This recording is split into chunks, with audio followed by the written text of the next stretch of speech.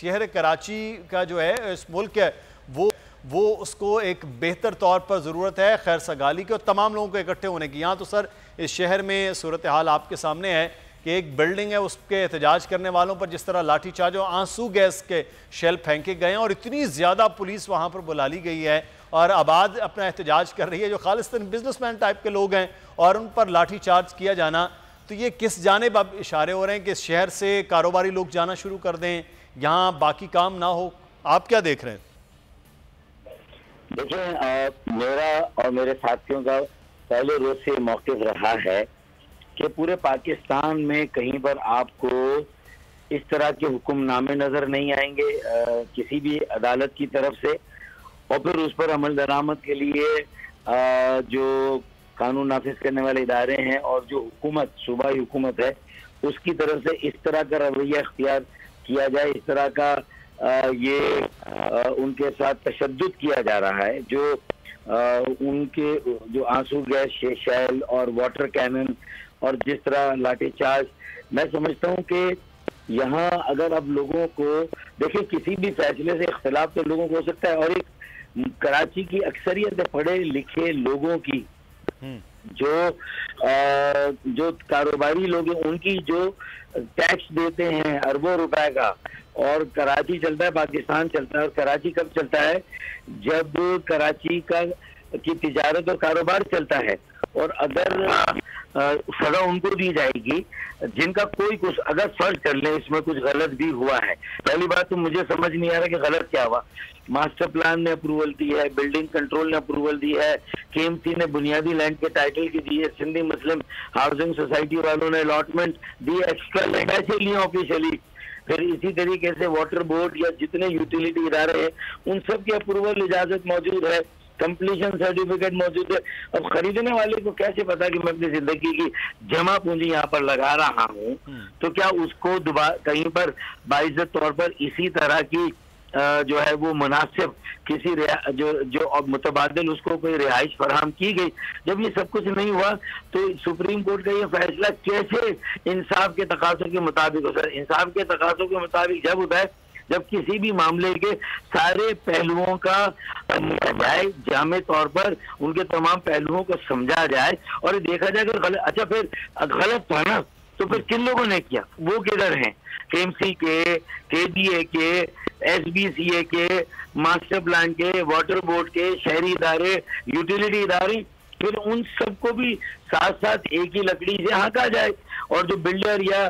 जो डेवलपर है वो उसने क्या पैसे सारे वापस कर दिए जिन लोगों के घर खाली कराए गए। मैं समझता हूँ कि मुहज़्ज़ब माशरों में ऐसा नहीं होता, इस तरह के फैसले नहीं होते। हाँ, ये बहुत अच्छा है इस टावर के जो मकीन थे उनको मुनासिब इसी तरह की मुतबादिल रिहाइश दे दी जाती, बिल्डर और जिन लोगों ने ये किया उनको सजाएं दी जाती या उनको कटहरे में खड़ा किया जाता, उनके नाम लिए जाते, उन इदारों को बुलाया जाता।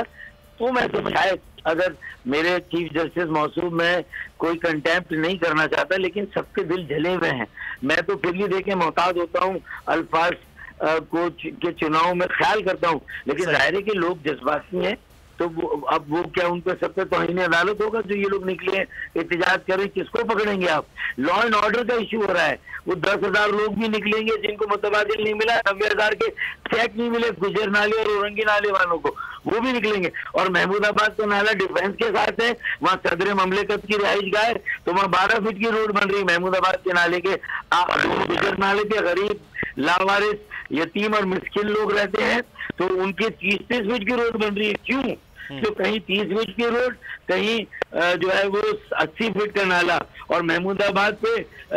30 फीट का नाला और 12 फीट की रोड। तो अगर वहां काम चल सकता है तो यहाँ भी काम चल सकता है। फिर NED वालों ने सर्वे किया उसके मुताबिक हो। तो ये जो कुछ भी हो रहा है, अव्वल तो फैसले इंसाफ के तकाजों को मेरे ख्याल में पूरा नहीं करते, ये मेरी दानिश में, और मैं ये बस एहतराम कह रहा हूँ सुप्रीम कोर्ट के। और अगर जो फैसले होते हैं उसकी अमल दरामद में भी जो कुछ अमल दरामद में भी दूसरा हिस्सा है फारूक साहब कि वो बाकायदा तौर पर लोगों को पैसे भी उनके हवाले किए जाएं। लेकिन जो आबाद ने आज काम को रोका है, फारूक साहब हमारे साथ ही रहेगा, हसन बख्शी साहब, 1200 से ज़ायद आपकी तामीराती कंपनियाँ हैं, आबाद के अंडर इससे भी ज़्यादा हैं, जो मुख्तलिफ प्रोजेक्ट्स पे काम कर रही हैं, ये तमाम तर चीज़ें कर रही हैं। पिछले दिनों में जब से बहुत ज़्यादा क्योंकि इस पे रियल स्टेट में, कंस्ट्रक्शन में काम हुआ, तो वो कितना बिजनेस है, कितना बड़ा था जो इसका पूरा साइकिल चला है। इवन कोविड के अंदर भी आप लोगों का तो काम चलते रहे हैं कि इस मुल्क की इकॉनमी के अंदर और ख़ासतौर पे इस शहर में वो साइकिल चलता रहा है इकॉनमी का, जो आज आप कह रहे हैं कि हम बंद कर रहे हैं।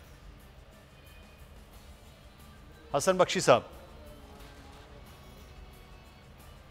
अच्छा दोबारा से हम रब्ता करते हैं हसन बख्शी साहब से। एक बड़ा मामला अहम है कि एक तरफ इतना बड़ा बिजनेस का जो साइकिल है वो रुक जाए और उसके बाद सूरत हाल ये हो जाए। फारूक सत्तार साहब, लेकिन एक सर इल्ज़ाम तो ये भी अब बात हो रही है और उससे पहले भी सुप्रीम कोर्ट के अंदर भी ये बात होती रही कि शहर जो है वो हुलिया उसका बिगाड़ दिया गया। आपके दौरे हुकूमत में भी आप मेयर भी तब से, उसके बाद से आप हुकूमती जमात में भी रहे कि ये चाइना कटिंग का अमल तो सर तब से शुरू हुआ जब रिफाई प्लॉट्स पर कब्जे हो गए, डिफरेंट आज उसके वागुजार करवाने की बातें हो रही हैं। तो इस शहर की ना तो प्लानिंग की चीज़ों के ऊपर काम किया गया, उसमें सियासी जमातें हैं, आप लोग भी तो सर इन्वॉल्व हैं, जिम्मेदारी तो आपको भी सर आती है ना।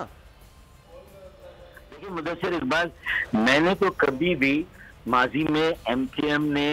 या एमकेएम के नाम पर कुछ लोगों ने अगर इस तरह जमीनों का गलत इस्तेमाल किया या उन पे कब्जे हुए और उनके नाम पर अलॉट करने के बहाने कुछ तो गरीबों को दिए गए होंगे, कुछ तो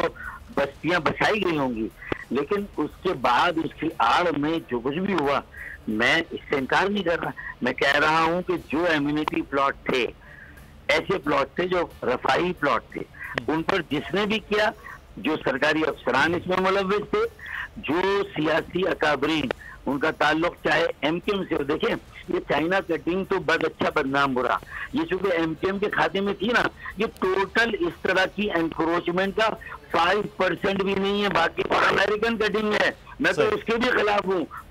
पूरे टाउन बस गए, पूरी बस्तियां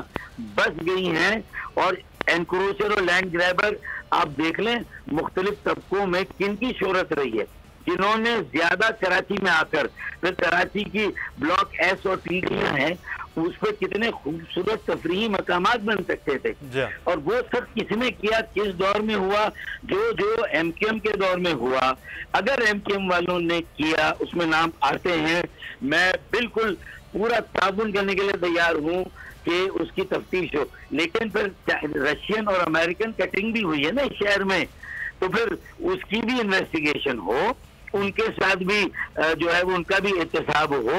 और उनके खिलाफ भी तादीबी कार्रवाई हो, कानून का हाथ हरकत में आना चाहिए और कोई कमीशन ऐसा बनना चाहिए कि इसमें जहां गिराया जा सकता है कमीशन बनाते, जजों का बनाते, उसमें देखते कि गिराना मुमकिन है, अमली तौर पर क्या मुमकिन है, इसमें इंसाफ के नाम पर होने वाले फैसलों में क्या जुल्म ज्यादती नाइंसाफी हो जाएगी, जिनका कसूर नहीं उनको सजा हो जाएगी। अब क्या आइंदा लोग जब बुकिंग कराएंगे किसी प्रोजेक्ट में, ये आपने सही सवाल पूछा हसन बख्शी से कि ये बिजनेस की और कंस्ट्रक्शन डेवलपमेंट इंडस्ट्री की तो ऐसी की तैसी हो गई, अब कौन बुक कराएगा, कौन खरीदेगा, किसको सही माने। सर इस वक्त जो है फारूक सत्तार साहब, इस वक्त ओवरसीज पाकिस्तानी जो कुछ लिख रहे हैं सोशल मीडिया पे, वो लोग परेशान हैं कि जिन्होंने यहाँ पैसा लगाया हुआ है, तो वो जो ओवरसीज पाकिस्तानी सोचते हैं पाकिस्तान में आने का, कराची वापस आने का, सबसे बड़े शहर में रहने का, वो खौफजदा हो गए हैं। और आपको भी मालूम है कि जिस तरह साइकिल चलता है इकोनॉमी का, उसमें ओवरसीज का बहुत ज़्यादा रियल स्टेट के अंदर, कंस्ट्रक्शन के अंदर वो बड़ा उनका पैसा इन्वॉल्व है, वो वहाँ पर बैठे परेशान हैं। सब्सक्राइब करें और बेल दबाएं ताकि कोई खबर रह न जाए।